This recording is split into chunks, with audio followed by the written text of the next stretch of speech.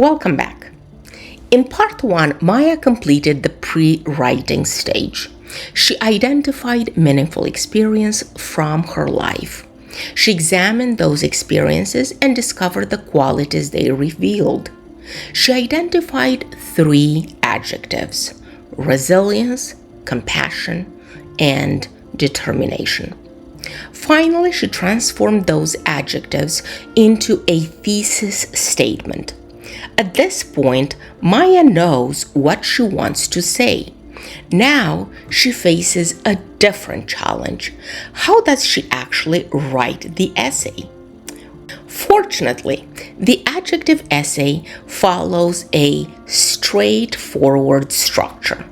Once you understand that structure, the writing process becomes much easier. Let's begin by examining the overall organization of the essay. Think of the essay as a house. Every strong house requires a foundation, rooms, and a roof. The adjective essay works in much the same way. The introduction serves as foundation. It introduces the topic and presents the thesis statement. The body paragraphs become the rooms. Each body paragraph focuses on one adjective. The conclusion serves as the roof. It brings everything together and leaves readers with a final reflection. A traditional adjective essay usually contains 5 paragraphs: an introduction, 3 body paragraphs, and the conclusion paragraph. This structure is effective because it creates organization and clarity. Readers always know where they are and where they are going. Well, now that Maya understands the structure, she needs a plan. Strong essays are rarely written by accident. They are built deliberately. So let's look at Maya's blueprint. Before writing, Maya creates a blueprint for her essay. Notice how each adjective is paired with a specific experience. Adjective 1, resilience. The experience: moving to a new city and adapting to an unfamiliar environment. Adjective 2, compassion. Its evidence: helping care for her grandmother after surgery. Adjective 3, determination. Its evidence: working part-time while attending college. Now, let's look at her thesis statement. Throughout my life, resilience, compassion, and determination have shaped the way I approach challenges, relationships, and personal growth. Notice how everything connects. The experiences support the adjectives support the thesis organizes the essay. This planning stage makes drafting much easier. Why? Because Maya already knows what each paragraph will discuss. With the blueprint complete, Maya is finally ready to begin writing, and every essay begins with an introduction.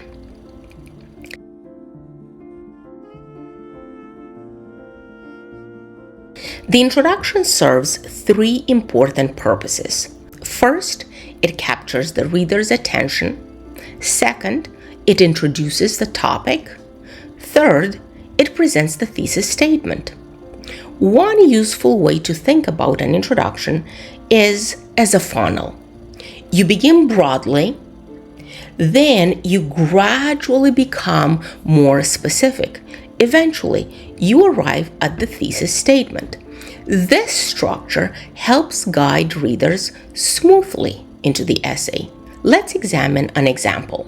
The hook: many of life's most important lessons come not from easy moments, but from challenges, responsibilities, and relationships that shape our character.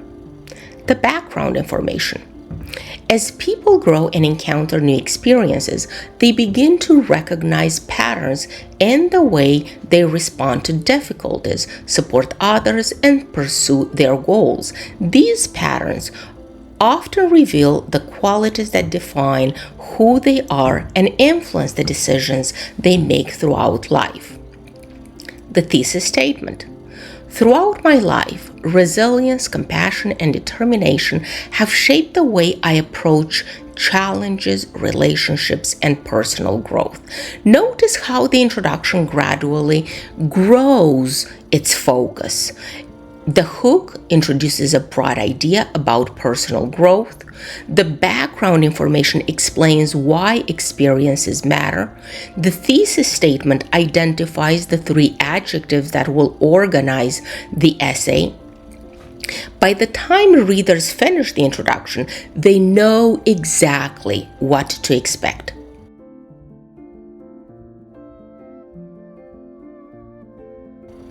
Once the introduction provides the roadmap, the body paragraphs must prove the claims made in the thesis. And to accomplish this effectively, we will use the strategy called SEIR. Many students struggle with body paragraphs because they are unsure how much detail to include. The SEIR strategy provides a simple solution. SEIR is an acronym that stands for statement that introduces the adjective, evidence that provides a specific example, explanation that explains how the example demonstrates the adjective, and reflection discusses why the experience matters and how you learn from it. When all 4 parts are present, the paragraph becomes much more convincing. Let's see what that looks like in practice. Statement.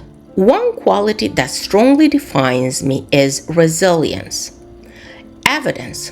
During my sophomore year, my family relocated to a different state, forcing me to leave behind close friends, familiar routines, and a school environment where I felt comfortable and confident. The move required me to adjust to a completely new community, make new friends, and adapt to different academic expectations. At first, the transition was overwhelming because I often felt isolated and uncertain about where I fit in. Explanation. Rather than allowing these challenges to discourage me, I gradually learned how to adapt to my new circumstances. I joined school activities, I introduced myself to new classmates, and developed routines that helped me feel more comfortable in my new environment. Over time, I became more confident and realized that difficult situations can often be overcome through persistence and a willingness to adjust. Let's look at the reflection. This experience taught me that resilience is not the absence of hardship or fear. Instead, resilience is the ability to continue moving forward even when circumstances are difficult or unfamiliar. Because of this experience, I'm now more confident when facing change and better prepared to handle future challenges. The lessons I learned during this transition continue to influence the way I approach obstacles in both my academic and personal life. Notice how every part of the SEIR paragraph serves a purpose. The statement introduces the adjective, the evidence provides proof, the explanation connects with evidence to the adjective, the reflection reveals growth and significance. Many students provide evidence, but fewer students provide strong explanations. Even fewer students provide meaningful reflection, yet reflection is often the most important part because it answers the question, why does this experience matter? Remember, evidence tells readers what happened, while reflection tells readers why it matters. Well, after Maya developed 3 body paragraphs using the SEIR strategy, She reaches the final section of her essay, the conclusion.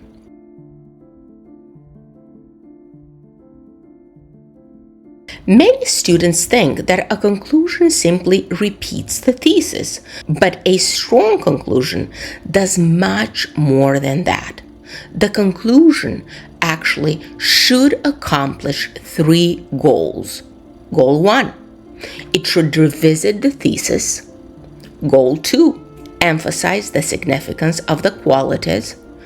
And goal 3, it should reflect on future growth. The conclusion is your final opportunity to leave an impression on readers. Let's examine an example. Although my experiences continue to shape who I am, resilience, compassion, and determination remain the qualities that most strongly define my character. These qualities influence the way I respond to challenges, support the people around me, and pursue my personal goals.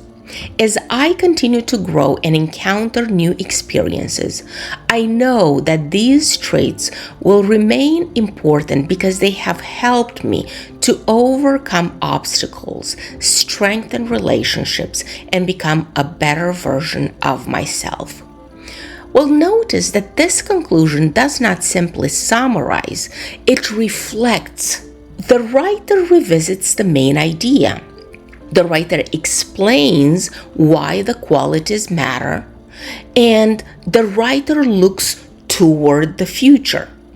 By the end of the conclusion, readers understand not only what qualities define the writer, but also why those qualities are important. At this point, Maya has completed her first draft. She has an introduction, she has 3 body paragraphs, and she has a conclusion. The essay is complete. Or is it? Well, not quite. Strong writing rarely actually emerges perfectly in the first draft. The most effective writers revise. They rethink, they refine, and they strengthen their work. In part 3, we will learn how to transform a rough draft into a polished essay by examining revision strategies, common mistakes, real-world applications, and the one idea I hope you remember long after this lesson is over.